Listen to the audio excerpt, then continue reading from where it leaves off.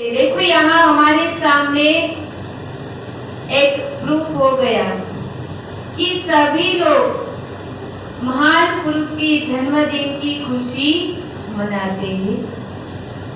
आगे आप लोगों ने सत्संग में सुना कि आज के दिन हमारा जो भारत देश है अंग्रेजों की जो बेड़ी में जकड़ा हुआ था उसमें से स्वतंत्र हो गया और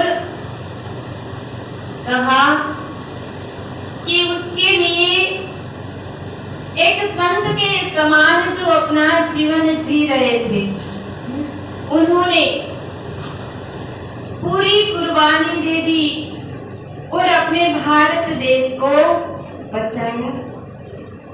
इसीलिए कहा दे दी हमें आजादी बिना खड़ग बिना घास, साबरमती के संत तूने कर दिया कमाल, साबरमती के संत तूने कर दिया कमाल। रघुपति राघव रघुपति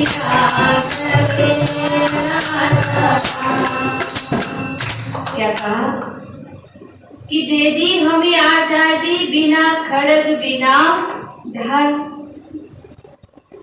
ठीक वैसे ही इस देश से तो हम आजाद हो गए और इस देश से आजादी दिलाने के लिए कई ऐसे शहीद हो गए, कई लोगों ने अपनी कुर्बानी दे दी। लेकिन अगर इस मन से मुक्त होना है, मन से अगर आजादी प्राप्त करनी है तो कैसे करोगे? कौन से ऐसे संत है, कौन से ऐसे महान पुरुष है जो हमें इस मन से आजाद करवा दे? क्योंकि बिना मन के कुछ भी होता नहीं। मन नहीं होता तो आप कोई भी काम करो उसमें कभी सक्सेस होगे नहीं। मन नहीं है, जबरदस्ती आप अगर किसी के वहां किसी के पास चले गए कुछ ना कुछ विघ्न आएगा। मन नहीं है, घंटों तक भजन में बैठो, पद्मासन लगा लो, चाहे सुखासन में बैठ जाओ, चाहे ऐसे ही पलाठी लगा के बैठ जाओ, अगर मन नहीं है तो कुछ भी दिखाई देगा और शायद इसीलिए संतों ने कहा कि मन जो है वो चंचल मन को ही हमें बस में करना है। और कहा मन की तरंग मार लो बस हो गया भजन, मन की तरंग मार लो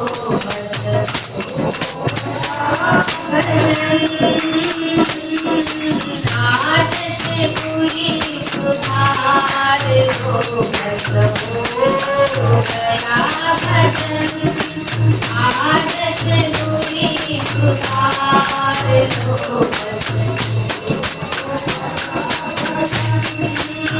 आया ताकि से काम के करता है कोई काम, आया ताकि से काम के करता है काम, जीवन सुधार के बस हो गया भजन, जीवन सुधार के बस हो गया भजन, आदत पूरी सुधार लो बस हो गया भजन।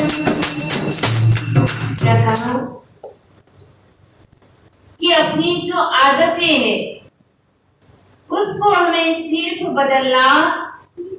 ये मन जो है वो मन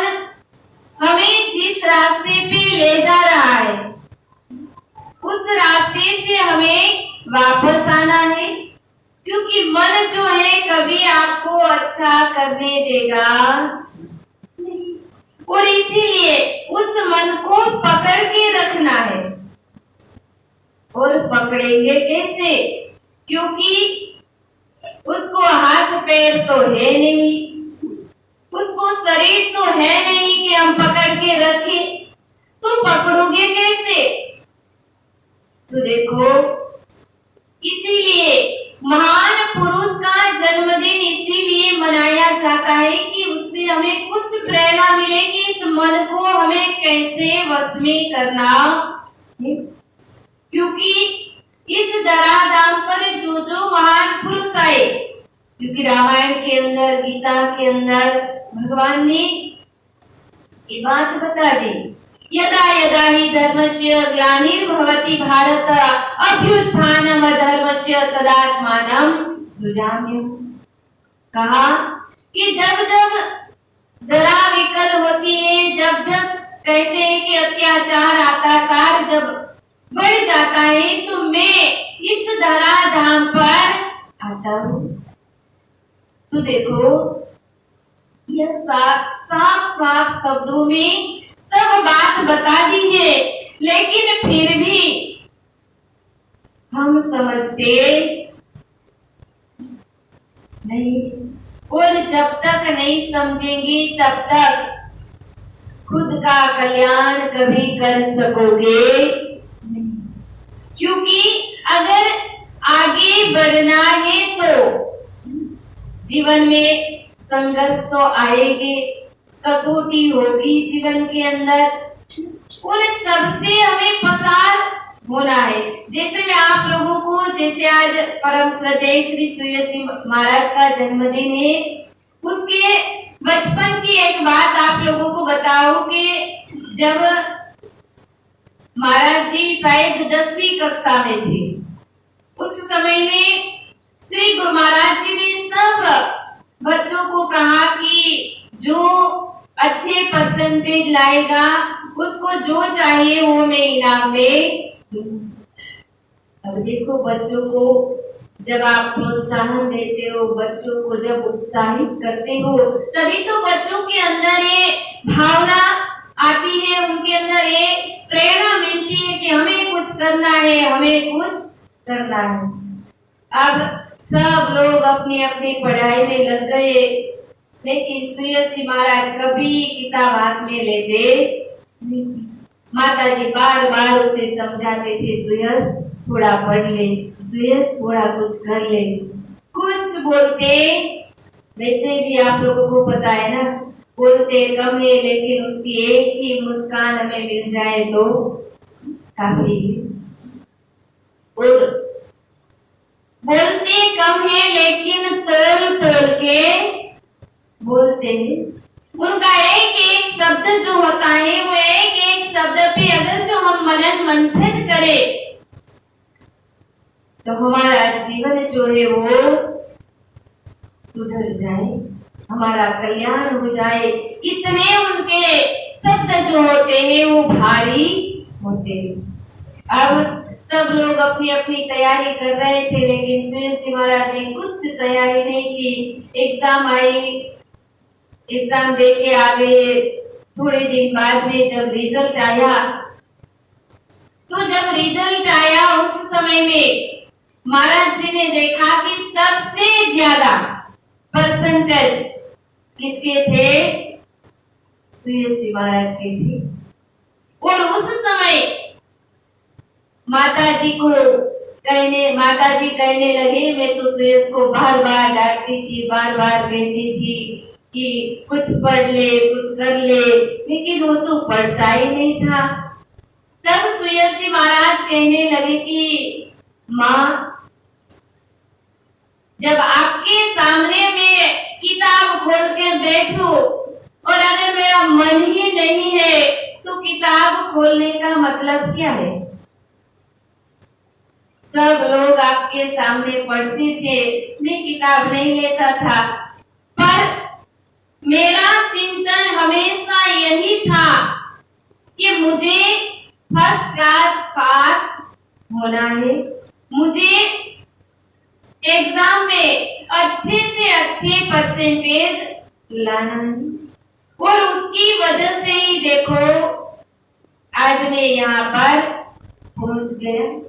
मेरा कहने का भाव कि महान पुरुष हमें यही समझाते हैं कि जो भी करो मन से करो, जो भी करो प्रेम से करो, भाव से करो, भले थोड़ा ही करो, जरूरी नहीं है कि ज्यादा करो, पर जो हम करते चाहे आपके संसार के अंदर हो, चाहे गुरु दरबार के अंदर हो, चाहे समाज के लोगों के प्रति हो, चाहे गुरु दरबार के सदस्य के प्रति हो, पर भाव और प्रेम से अगर जो हम करते हैं तो कहा है कि अगर जैसे मुझे एक कहानी याद आ गई कि भगवान बुद्ध जो है ना, भगवान बुद्ध के जाने के बाद उनके जो शिष्य थे, उनके जो भक्त समाज था, उन्होंने एक दिन निश्चय किया कि हमें भगवान बुद्ध की प्रतिमा बनानी है। और वो जो प्रतिमा बनानी है उसमें सबके पास कोई चांदी देगा, कोई सोना देगा। उस समय में तो पैसे भी तांबा पीतल ये सब के आते थे। तो कहा